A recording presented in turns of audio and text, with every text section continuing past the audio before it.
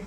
Теперь, скорее всего, каждый вторник у нас будет вот что-то подобное. Мы будем собираться, говорить о истории Киева, будут приходить наши гиды, будут рассказывать факты и так их преподнести, что даже та история того человека, которого, казалось бы, ты прекрасно знала, все, она так разворачивается, что я вот у него на экскурсии, хотя я знал все и в этом доме, и в этом человеке, я стоял первый раз, когда у него побывал, просто с открытым ртом.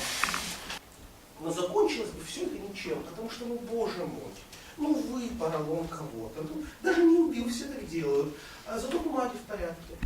Собственно, приходите на экскурсию, там еще много чего интересного, и про самого Трепова, и про его сына Федора Федоровича младшего, и про генерала Игнатьева, который потом жил в этом доме. Граф Игнатьев, наш киевский генерал-губернатор, фантастическая личность, по слухам, бывший в Киеве на генерал-губернаторской должности в ссылке. Итак, добрый день, меня зовут Евгения, я представляю экскурсионное бюро «Код». А вы знаете, что это такое? Только сегодня, только сейчас я вам открою эту великую тайну. Это клуб отличного досуга. Мы предлагаем активный и познавательный отдых. И вот он-то мне расшифровал. Это модерн. Просто брали такую красивую каллиграфию и, не заморачиваясь расшифровкой, вот так вот изображали на фасаде дома. Такой герб. И начинаю выяснять, чей это дом.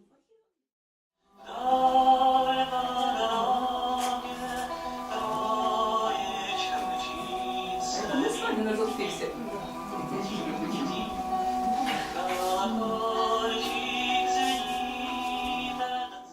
Написал ее Илья Ноябрев. Я тогда с ним была еще не знакома лично, я еще не знала, что я даже буду сотрудничать с его рестораном. То есть у него еще ресторана тогда не было. Но книга уже была. И мне попалась одна история, которую я вам сейчас хочу рассказать. Она немного переработана мной. На моих экскурсиях, как говорит Паша, люди и плачут, и смеются, и так оно и есть. Человек должен испытывать эмоции на экскурсиях. Сейчас к информации доступ у всех абсолютно. Вы можете зайти в любой момент, ткнуть пальцем и получить все. Но для того, чтобы вы это сделали, есть мы. Говорю, как-то спросила: сынок, Мойша, ты танцуешь с таинство народов мира? Он говорит: да, мама. А евреи это народ? Ну, конечно. А почему ты не танцуешь еврейские танцы? Даже борщ самый вкусный. Не полтавский, не черниговский, не западенский. Самый вкусный борщ — это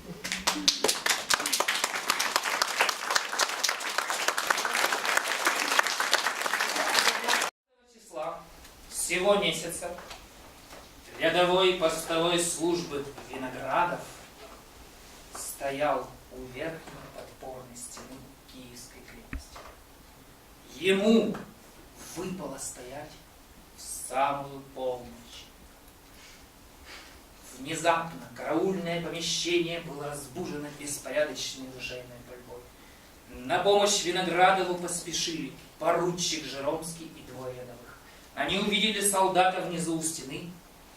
Тот стрелял в сторону Днепра и, увидев товарищей, истошно завопил: «Чингисхан! Чингисхан!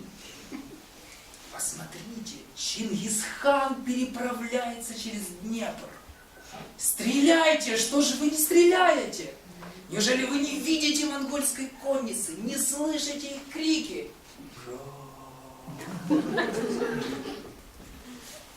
Лязги мечей, ломающиеся доспехи. Еще немножко, и вы начнете видеть Чингисхана. И сегодня мы пришли, я пытался подключить телефон, флешка не работала, он ее не видел, мы поменяли, кто будет как рассказывать. Я сидел, волновался, слушал всех экскурсоводов, еще раз все поменял. На самом деле прелесть в том, что все мы разные. И в том, что вот те 4 истории, которые сегодня мы слышали, они все абсолютно другими. Да?